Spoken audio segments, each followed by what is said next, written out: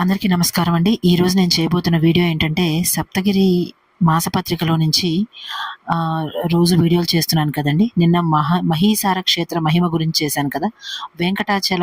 వెంకటాచలానికి సంబంధించిన వీడియో కదండీ ఇది. అందులో భాగంగా ఈరోజు భక్తిసార యోగి అవతారం. దాని గురించి ఈరోజు కొంచెం ఇక్కడ ఇన్ఫర్మేషన్ ఇవ్వబడింది. దాని గురించిన వీడియో ఈరోజు చేద్దామండి.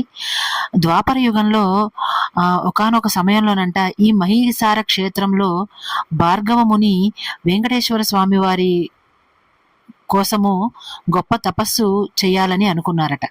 అలా అనుకునే తడవుగా తపస్సుకి పూనుకొని తపస్సు చేయడం మొదలు పెట్టారట.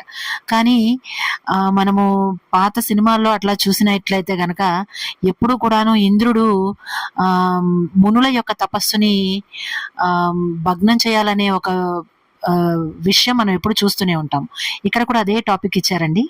ఇంద్రుడు అసూయతో ఆ తపస్సుని భంగం చేయాలని అనుకొని అప్సరసలను పంపుతాడట.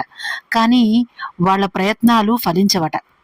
అలా ఫలించకపోయిన కారణంగా అప్పుడు ఇంకొక కనకాంగి అనే దివ్యకాంతని నృత్య గీతాదులతో భార్గవ మునిని ఆకర్షించమని ఇంద్రుడు పంపుతాడు. అప్పుడు ఏం జరుగుతుందంటే గనక విధివశాన, అంటే అది కూడా దేవుడి ఒక కృప వల్లే జరిగిందని అనుకోవాలి. విధివశం అంటే ఏంటంటే, విధి అంటే భగవంతుడే, విధివశాన అంటే ఆయన అనుకున్నాడు కాబట్టే జరిగింది. అదే శివుడాజ్ఞ లేనిదే చీమైనా కుట్టదంటారు కదా. అలా విధివశాన ఆ ముని ఆవిడ్ని చూసి చలించి ఆకర్షించడము, చలనం కలిగి ఆకర్షించడము, వారికి ఆవిడతో కొంతకాలము వివాహం చేసుకుని ఆవిడతో కొంతకాలం కలిసి ఉండటము జరుగుతుంది. అప్పుడు ఆవిడ గర్భవతి అవుతుంది.